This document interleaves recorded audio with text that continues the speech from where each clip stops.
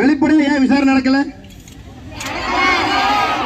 கோயம்புத்தூர்ல பாதிக்கப்பட்ட மாணவி உங்க மகன் தானே?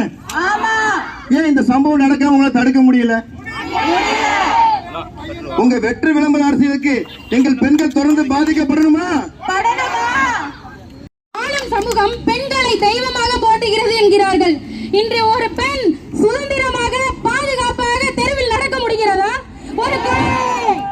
மிகுந்த துயரத்தோடும் ஆறாத கோபத்தோடும் கூடியிருக்கும் இங்கு அனைவருக்கும் நமது கோயம்புத்தூரில் ஒரு கல்லூரி மாணவிக்கு நிகழ்ந்த இந்த ஒரு வன்கொடுமை ஒரு பெண்ணை சிதைத்தது மட்டுமல்ல, நமது நாட்டின் மானத்தையும் மரியாதையையும் சேதமடைய செய்ததாகும். ஒரு நாட்டின் பாதுகாப்பு என்பது ஒரு பெண்ணின் பாதுகாப்பு.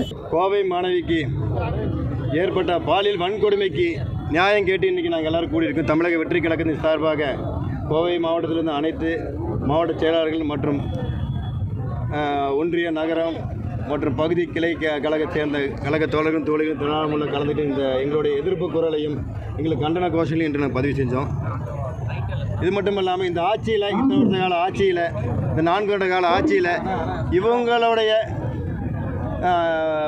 இவங்க நம்பிட்டு இருக்கிற மக்களுக்கு எதுவுமே நல்லது செய்யலை. அது மட்டும் இல்லாமல் பெண்களுக்கு கிட்டத்தட்ட 4 வருட கால ஆட்சியில் வந்து பார்த்திங்கன்னா பெண்கள் கிட்டத்தட்ட 66% பெண்கள் வந்து பார்த்திங்கன்னா அதிகப்படியான கேஸ் வந்து பதிவு செய்யப்பட்டிருக்குது.